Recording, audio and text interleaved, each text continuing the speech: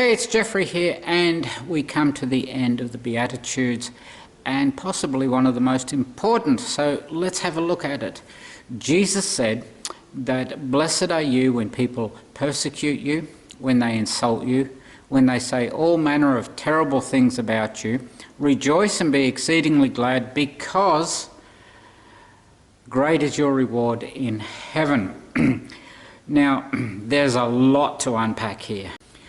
Now let's go over the ground rules. I have said from the very beginning that this sermon is spoken to anyone who wants to follow Jesus.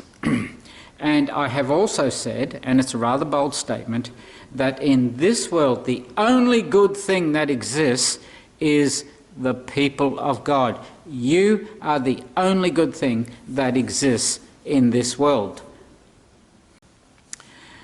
Now let's define what we mean by the world, and it's basically a system. It's a system that wants to remove God from the way we think.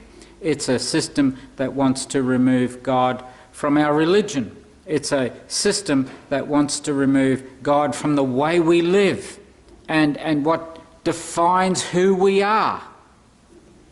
Now Jesus follows a very predictable line of thought. And it's like this. The world will first of all persecute you. Persecution is simply a way of trying to make you run away. Well, we're not running away because God has planted us here and we are safe in His will.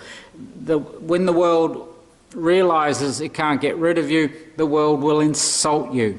Insults are just a coward's way of trying to control you. When Jesus hung on the cross and He was helpless, they hurled insults upon Him in a last-ditch effort to control Him.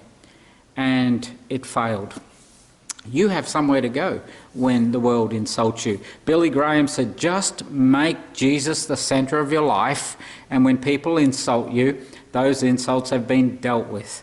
And then thirdly, it tells us that the world will say all manner of evil things about us. When the world can't control you through insults, it will try and control what other people think of you. And that's not going to work at all, because God has the final say. And God has told us that He is our Father and He delights in us. Now, before we close, let's talk about Jesus' words, that we are to rejoice because our reward in heaven will be great.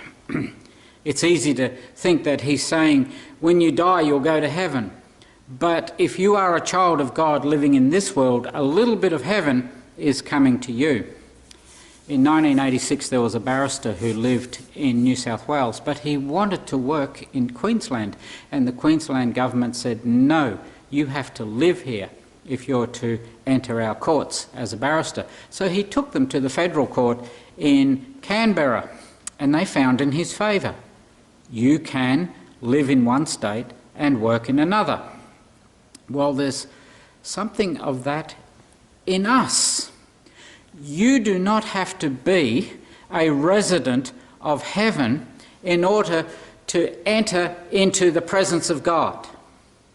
And that's why there is a reference to the prophets. In the same manner, they persecuted the prophets. A prophet is someone who sits in the councils of God.